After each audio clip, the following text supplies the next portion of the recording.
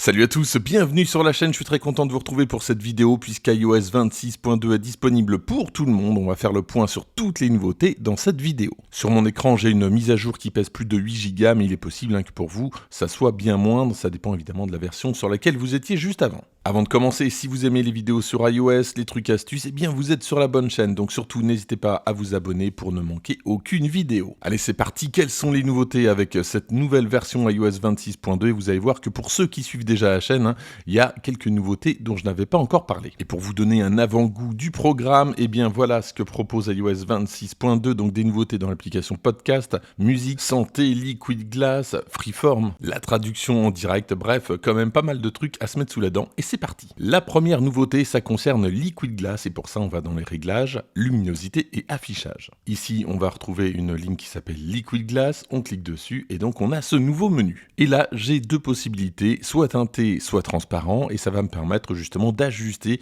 le réglage Liquid Glass à tout l'environnement Apple. Pour rappel, Liquid Glass c'est tout simplement cet effet vert dépoli qui a été pas mal critiqué depuis le début, donc Apple a fait quand même pas mal d'allers-retours au niveau des réglages, et là donc Apple vous propose de choisir quasiment votre propre réglage, même si on préférerait des changements un petit peu plus marqués. Là, c'est vraiment très subtil. Autre nouveauté, un petit peu partout et surtout dans les menus contextuels, regardez, lorsque j'appuie juste ici, on a donc une nouvelle animation un petit peu plus fluide, je trouve, par rapport à la version précédente. Autre nouveauté attendue, c'est la traduction en direct avec les AirPods. Vous lancez l'application Traduire, tout en bas à droite, vous avez Direct et donc vous avez ce menu. Ensuite, vous mettez vos AirPods compatibles, on en reparlera un petit peu plus tard. Vous allez entendre une traduction instantanée de ce que vous écoutez et ce que vous dites va être traduit directement dans l'application. Plusieurs langues sont disponibles, entre autres le chinois, l'anglais, l'espagnol, l'italien, l'allemand, le portugais et le français. Une fois que vous avez sélectionné vos deux langues, tout simplement vous lancez la traduction et si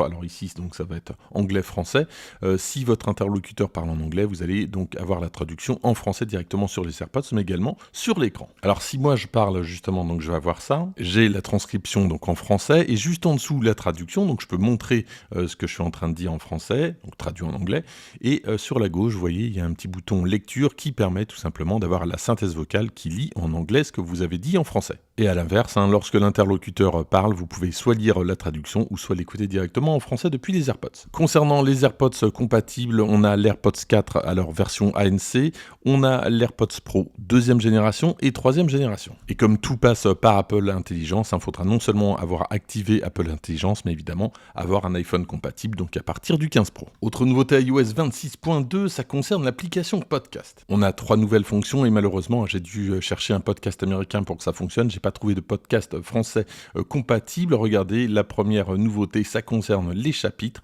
Automatiquement, Apple va faire un chapitrage du podcast. Et ça, donc, c'est vraiment très utile. J'aime beaucoup pour aller directement à l'endroit voulu. Et puis 2 autres fonctions, alors ça concerne cette fois-ci les autres podcasts ou tout simplement les références. Si par exemple quelqu'un dans un podcast parle d'un autre podcast, eh bien dans la transcription, on va directement avoir le lien donc à cliquer et idem pour les références.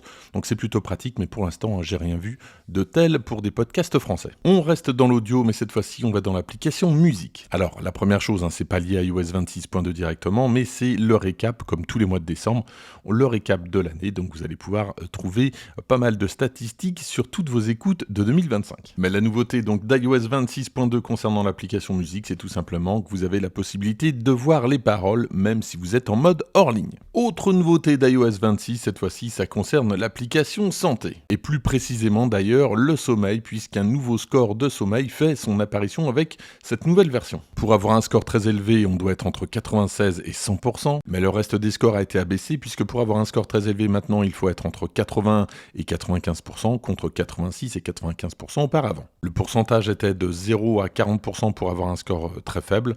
Maintenant, il est de 0 à 45%. Personnellement, c'est pas quelque chose que j'utilise souvent. N'hésitez pas à me dire dans les commentaires ce que vous en pensez. Sans doute un petit peu plus intéressant, l'application rappel a une petite nouveauté relativement attendue. Ici, donc, je viens de créer un nouveau rappel. Je vais pouvoir donc lui donner un titre, mais surtout, j'ai la possibilité de cocher une case qui s'appelle urgent. Je vais pouvoir évidemment associer une heure, une date, mais ce qui est intéressant, c'est qu'à partir du moment où je coche cette case urgent, eh bien, je vais avoir une notification qui va passer par-dessus tout le reste. Donc, normalement, vous êtes sûr de ne pas louper ce rappel. Personnellement, j'ai loupé quand même pas mal de rappels que j'avais créés, et donc ça, c'est vraiment une case que j'attendais, et c'est bienvenu donc avec iOS 26.2. On continue avec une autre nouveauté d'iOS 26.2, et ça concerne l'application Freeform. Pour rappel, Freeform, c'est une application fournie gratuitement par Apple sur votre iPhone, alors pas que, puisque ça fonctionne également sur Mac, et qui permet, entre autres, de dessiner. Alors la nouveauté, ça concerne les tableaux. Alors pour ça, pour ajouter un tableau, tout simplement, une fois que j'ai créé une page, je vais dans le trombone en bas,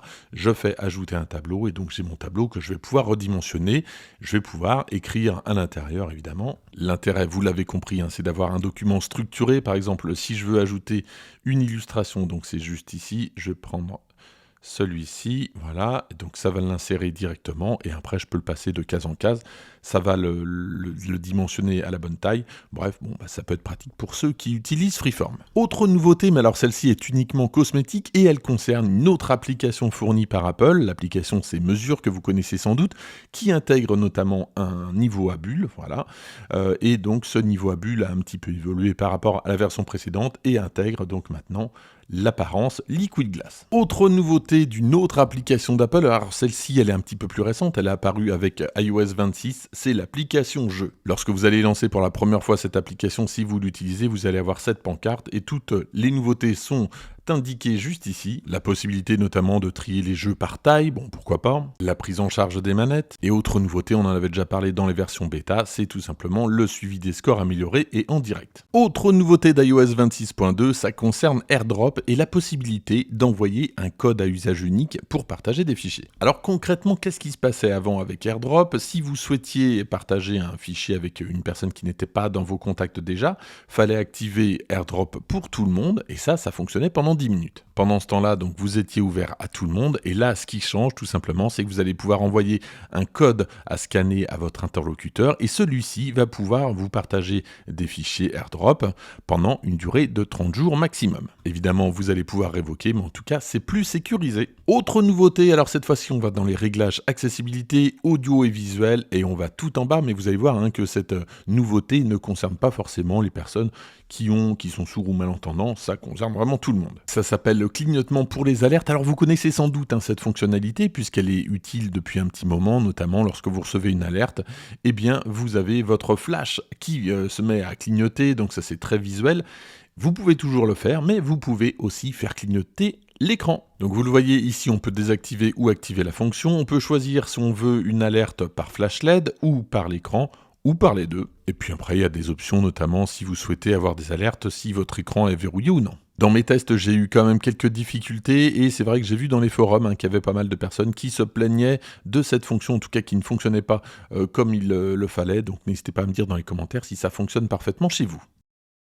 Et puis je termine très rapidement avec CarPlay, la possibilité d'afficher un troisième widget, alors suivant l'écran évidemment, et également la possibilité de désactiver les messages épinglés. Voilà ce que je pouvais vous dire donc sur iOS 26.2 et ses nouveautés, donc vous l'avez vu, il y en a quand même pas mal de petits trucs plutôt sympas. Et puis concernant la batterie, je trouve que c'est plutôt bien optimisé là aussi. Depuis plusieurs bêtas, il n'y a vraiment aucun souci, j'ai pas eu de problème de chauffe non plus, j'ai pas de problème de plantage, donc là la version me semble plutôt stable, donc je pense que vous pouvez l'installer.